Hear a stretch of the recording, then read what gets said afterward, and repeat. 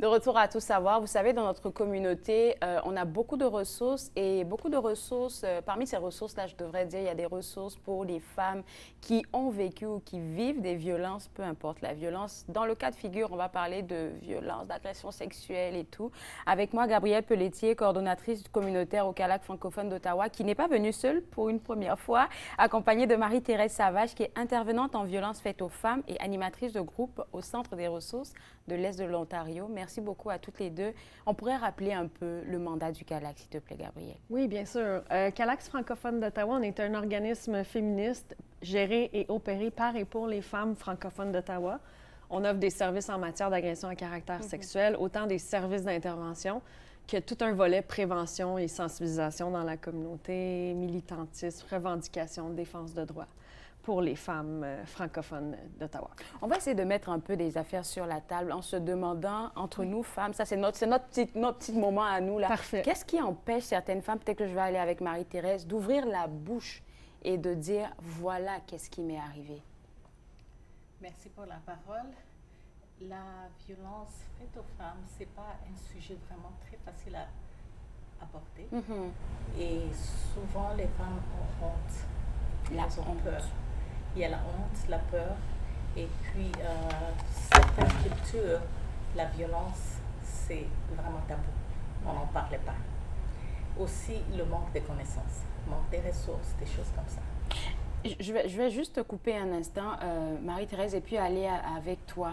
On parle de honte, on parle de culpabilité aussi. Et je pense que c'est ces deux mis ensemble-là qui empêchent les femmes de parler parce que c'est de ta faute si ça t'est arrivé. Pourquoi tu étais habillée comme ça? Pourquoi tu étais habillée comme ça? Tu aurais dû te défendre. Est-ce que c'était si clair que ça que tu voulais pas? Donc, on a mis en place dans la société, puis je vous ferai pas un cours d'histoire, mais ça fait pas si longtemps que ça qu'on se préoccupe des droits des femmes. On a bâti tellement de mythes, tellement d'idées préconçues sur ce que c'est la violence et les agressions sexuelles, puis de façon plus large, la violence faite aux femmes, qu'on a beaucoup de faux messages qui font en sorte que souvent, on va pas penser qu'on peut en parler. On va pas croire que ce qu'on a à dire, c'est important, alors que c'est tout le contraire. C'est ce qu'on essaie de faire quand on est un service en matière d'agression sexuelle, puis de façon plus large pour tous les membres du comité réseau La violence faite aux femmes, de dire « tu as le droit d'être cru, tu as le droit d'être entendu et tu as le droit de guérir de ce que tu as vécu ». Et on n'avait pas le droit de te faire ça. C'est ça. Autre chose que je me rappelle avoir eu sur cette émission, je pense une de vos représentantes, Oui. accompagnée d'une jeune dame qui expliquait son histoire ouvertement à la télé de ce qu'elle avait vécu à l'Université d'Ottawa. Ouais, quel courage, oui. Et ce qui m'a marqué de notre conversation, j'ai ça encore en tête, quand je lui ai posé la question, en fait, c'est quoi qui t'a envoyé vers le CALAC? Elle m'a dit, on me croyait. Et là, ça changeait carrément, en fait, qui elle est devenue après qu'on l'ait crue. Et je pense que le fait de créer cet espace-là, Marie-Thérèse, c'est ça qui permet à ces femmes-là de se dire, OK, je peux le faire. Si elle a pu le faire, je peux le faire. Exactement. Parce que le fait de croire d'abord à la femme, ça lui donne encore le pouvoir. Dire que la femme, elle ne ment pas, ce qu'elle dit, c'est vrai. Mais aussi dans la violence conjugale, il y a plusieurs formes de violence. Il y a la forme de la violence émotionnelle verbale qui est vraiment ignorée, certaines femmes ne savent pas.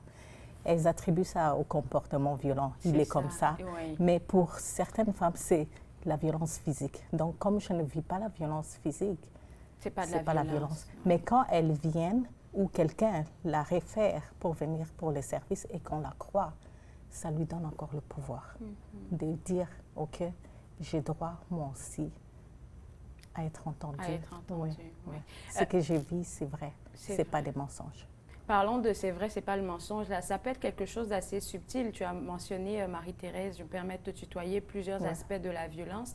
Mais oui, on parle de violence verbale et tout ça. Mais tu sais, souvent, il y a des attouchements qui ne sont pas tellement simples. Tu n'es pas sûr si c'est une micro-agression sur toi ou pas. Donc, on ne sait pas où se positionner, surtout en tant que femme. Oui, puis c'est comme si, puis tu as dit un mot important, là, les micro-agressions, c'est comme si, dans notre société, parce qu'on a beaucoup, on exploite beaucoup l'image, le corps des filles, l'image et le corps des filles et des femmes. Et exposé. Oui, exposé, hyper sexualisé, exploité. Puis on va dire le mot exploité parce que derrière ça, malheureusement, il y a toute la notion de faire de l'argent. Et nous autres, dans notre analyse, cette exploitation-là, cette hypersexualisation, elle vient aussi normaliser qu'on peut avoir ces comportements-là envers les filles et les femmes, alors que c'est complètement faux. Le consentement, c'est tout ce qui compte, ma limite personnelle. Puis ça s'applique autant au niveau des paroles que des attouchements, que des regards, puis de la violence qui peut se faire aussi à travers les technologies de l'information et des communications. Fait que de dire aux filles et aux femmes, tu as le droit d'avoir une limite et il n'y a personne qui doit la dépasser. Malheureusement, il y a beaucoup de discours ambiants qui vont contre ça, qui justement normalisent, banalisent et disent aux filles et aux femmes, ben c'est pas si pire que ça. Alors que ce n'est pas le cas. Alors, vous faites un excellent travail qu'à la francophone. On a eu à se parler plusieurs fois sur une émission qui n'existe plus. On est dans une nouvelle ère maintenant, mais on entend parler du comité réseau. Je pense qu'on voulait en parler aujourd'hui. C'est quoi? J'ai jamais entendu parler de ça. Oui. Comité réseau, c'est un comité qui est francophone. Donc, il y a des intervenantes qui se regroupent pour parler, discuter de programmes et puis des activités francophones. Donc, ce comité-là, il est pour les intervenantes francophones et aussi la communauté en Ontario francophone. On parle de la violence faite aux femmes et la violence faite donc, chez les enfants et des agressions à caractère sexuel. Donc, on a plusieurs organismes. Il y a plusieurs pôles, plusieurs organismes qui se sont mis ensemble pour créer ce comité, si je comprends bien. Exact. Et puis avec beaucoup de ressources francophones, surtout dans notre communauté, comme on est en Ontario, Ottawa, souvent c'est prédominance anglophone, mais il y a des ressources francophones que nous, comme la communauté francophone, ignore ou ne savent pas qu'il y a ces ressources-là.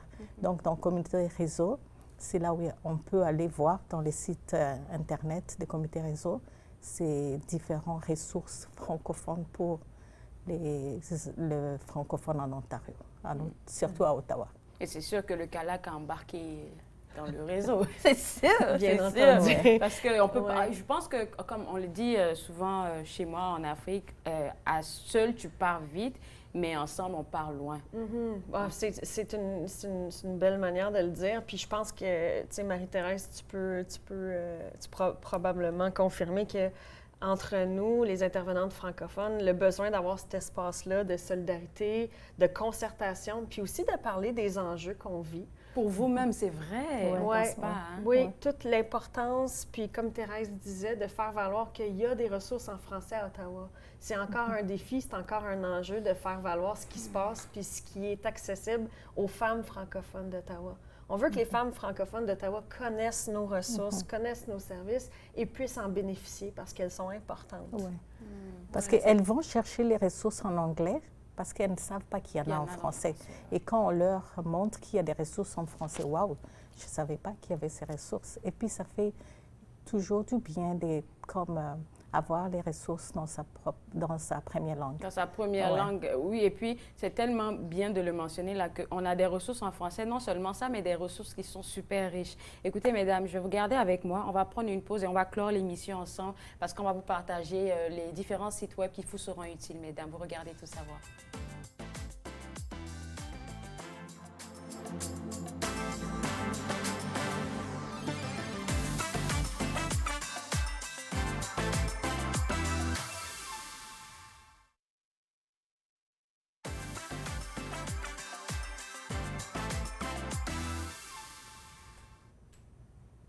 De retour à Tout savoir, on parle toujours des ressources offertes aux femmes francophones qui subissent de la violence, peu importe la violence. Avec moi, Gabrielle Pelletier, qui est coordonnatrice communautaire au CALAC francophone d'Ottawa, et Marie-Thérèse Savage, intervenante en violence faite aux femmes et animatrice du groupe au Centre des ressources de l'Est d'Ottawa.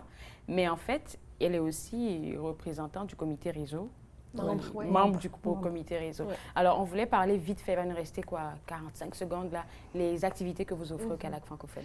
Donc, au CALAX, on offre des ateliers, des suivis individuels, on a des groupes de soutien, on a des ateliers thématiques, on a des activités annuelles aussi. Si on veut faire une demande de service, je vais donner l'info, le 613-789-8096 au poste 25, www.calax.ca. Merci beaucoup. Et comité réseau, si quelqu'un veut s'y joindre, par exemple une intervenante, c'est juste d'aller sur le site web?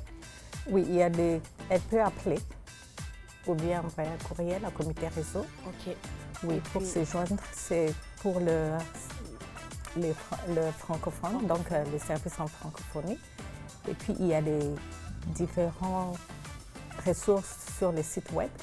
C'est sûr Donc, que ça la passe personne peut aller voir sur le site web. Merci beaucoup à toutes les deux. C'était une belle discussion, assez rapide, mais je pense qu'on a besoin de ramener ce message-là encore et encore. Oui. Et pour vous autres à la Tout à maison, fait. www.calac francophone, calac.ca, www.calac.ca, c'est le site web du CALAC francophone d'Ottawa. Et aussi pour le comité réseau, c'est www.comitereseau.ca. C'est là que vous allez avoir accès à toutes les intervenantes qui travaillent ensemble pour vous aider, vous les femmes. Moi, je me suis fait un plaisir de passer cette heure avec vous. On se voit vendredi à partir de 11h. Bye bye.